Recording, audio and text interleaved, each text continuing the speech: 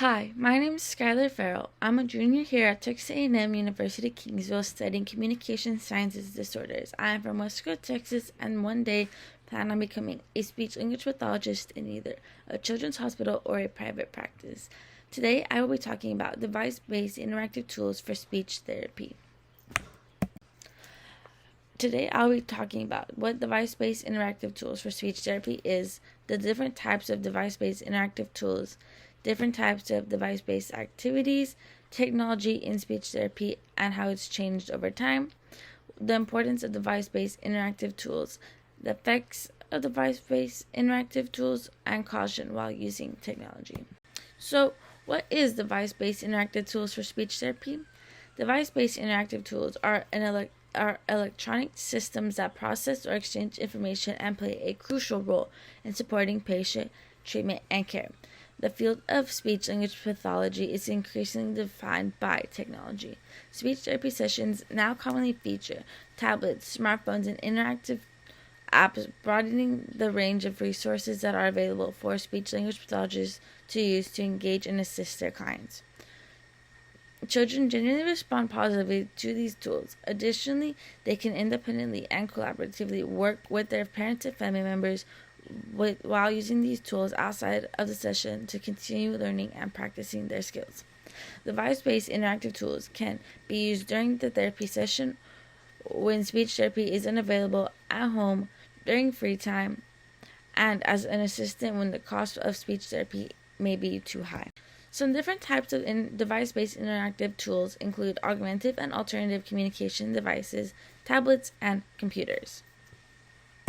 The first kind of tool that we have is an augmentative and alternative communication device, also known as the AAC. The AAC is a tablet or laptop that assists individuals with speech or language impairments to communicate. An AAC actively contributes to the development of both receptive and expressive language skills. A client of any age can use an AAC device, and the length of use varies upon each client. There are two types of AAC devices. We have an unaided and an aided.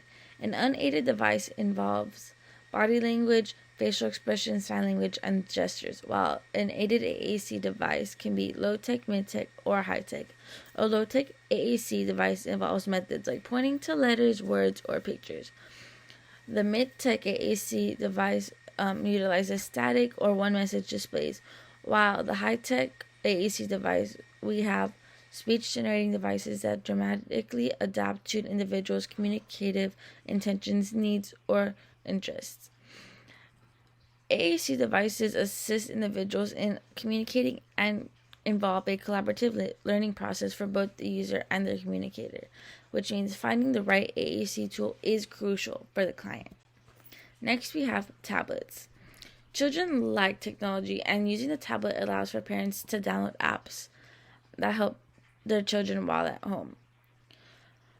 Tablets are used to play games and do different activities in the therapy sessions and at home. It also helps keep the clients engaged. While keeping the clients engaged, tablets help to increase interest and motivations. More times than not, after getting better at a skill, the client needs a way to stay engaged when in therapy. And the last tool that we're talking about today is a computer. Speech-language pathologists use computers to play online games, visit websites that have activities, and watch videos that can help the client. Computers are also used in the therapy session to show clients the way their voice is being used or how it sounds. So this can be showing the placement of the tongue and the articulators, or showing the vocal cords moving. Computers also provide an audio-visual exercise to help the client. Parents are able to have games at home for their children to practice with when using computers. Next, we're talking about the different types of device-based activities. Some activities include websites, apps, games, and there's some others. So when using websites, you have access to these different websites when a computer is available. There are a variety of interactive games that are fun for children on the different websites, and the websites help practice different skills that are being worked on, as well as keeping them engaged during therapy. Using websites during therapy sessions makes the client familiar with them and allows for a better understanding when practicing at home. There are many websites that can be used during speech therapy when using a computer. Some include Language Playroom, ABC Yeah, and PBS Kids. Next, we have apps. Apps target a variety of different skills. They have different activities that clients can use both in the therapy room and at home, and apps also help increase the skill level. Different apps can be downloaded on smartphones, tablets. When utilizing different apps during speech therapy, the SLP is introducing the client to different activities that they can play with at home that are fun and will increase their skill levels. There are so many different apps that can be downloaded onto a tablet or a smartphone that can be used at home and during therapy. A couple include Apraxia Therapy, Splingo's Language Universe, and Articulation Station Pro. Next, we have games. Games help keep clients engaged during therapy sessions. It makes practicing a skill fun.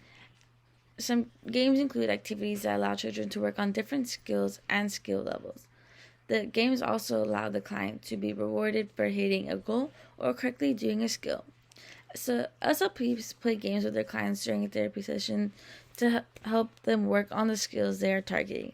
They also provide SLPs with options for helping the client target multiple skills. Playing games during a therapy session can be very helpful. Some games include Sesame Street, Brain Pop, Pink Cat, and Boom Learning. Some other activities include interactive PDFs. An interactive PDF contains digitally interactive elements. Interactive PDFs include clickable buttons to select different choices, fillable text box, checkboxes, and clickable links. We also have PowerPoints. PowerPoints can be created to focus on the topic that is being worked on. They can also be used to create awareness and understanding of the sounds or skills that are being worked on. When using PowerPoints, the therapist can create them to cater the client, which can allow for the client to be more engaged during the therapy session. Both interactive PDFs and PowerPoints serve as a resource that can be printed out and reviewed at a later time. Technology in speech therapy and how it's changed over time. There are many different software programs that can help clients with speech therapy in the clinic and at home through audio and visual exercises. The use of computers, tablets, smartphones, and various other technologies has increased significantly in speech therapy and continues to provide engagement to the children or clients. Parents can download apps and computer games to support their children in practicing speech and language skills in the comfort of their homes.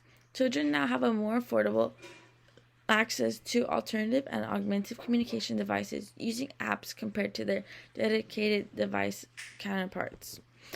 Due to the pandemic, speech therapy sessions moved from in-person to telemedicine. Since the pandemic, many SLPs started to use device-based interactive tools during speech therapy sessions. The use of technology has increased in both therapy sessions and at home.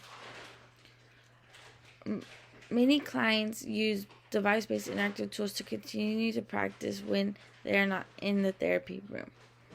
There are apps that help with documentation and make it easier for the SLPs to identify speech disorders. Artificial intelligence have also made its way into speech-language pathology. While virtual reality may not be a regular part in speech therapy, some SLPs do use it. Importance of device-based interactive tools. Device-based interactive tools in speech therapy serve many causes. Using technology in the speech therapy can become an important part of the therapy session. Many have found that it gets their clients to be more engaged during therapy and helps them to work harder when working on skills. Device-based interactive tools can be important for speech therapy because some tools and activities can track the client's progress, which allows the speech therapist to go back and look over their progress and make adjustments to the therapy sessions as needed. So not only does device-based interactive tools build their speech and language skills, but it also grows their fine and gross motor skills, attention and memory skills, and problem-solving skills. Doing speech therapy over telehealth has slowly increased over the years due to COVID-19. Some find telehealth to be more accessible in certain cases. Device-based interactive tools has become a crucial part of speech therapy when it comes to telehealth. Effects of device-based interactive tools. Engagement and motivation. Interactive tools can be used to gain the attention of the client, making it more enjoyable. Using fun interactive apps and websites can motivate the client to try harder. Next, we have accessibility. Device-based tools can be accessed remotely and provide flexibility to those who are unable to access in-person therapy. It also provides clients with access to practice skills outside of the therapy room. Data tracking. Many device-based interactive activities now track the progress clients make while using them. This data can be used by the therapist to check the progress when not in the therapy room and allows them to make adjustments as needed and set new goals. Consistency. With these tools, clients are able to practice speech or language exercises consistently. Having a form of consistent practice can help with the progression of the therapy and reinforce learning. Caution while using technology. While using technology has many benefits, such as making things fun and easier, it also comes with cons. Using technology often can become dangerous. One caution is too much screen time. Consistently using device-based interactive tools in speech therapy can lead to an increase in screen time. Too much screen time can be damaging to the client. Many children who use too much technology often begin to have a delay in speech and language. While using technology can help with speech and language skills, it can also cause a decrease in human interaction. Remember, skills before technology. The SLP should always pick activities based on the skills that need to be worked on. Sticking to the client's goals and skills when planning out activities is important and necessary for the client to make progress during this therapy session. Using technology is most effective when used to work towards the client's short-term and long-term goals. Remember, technology is a tool. Technology cannot replace human interaction. Although technology can help the therapist by providing fun and engaging activities to use during therapy, it cannot replace the SLP. The face-to-face interaction during speech therapy is a crucial part of learning speech and language skills. Lastly, today I have my recommendation.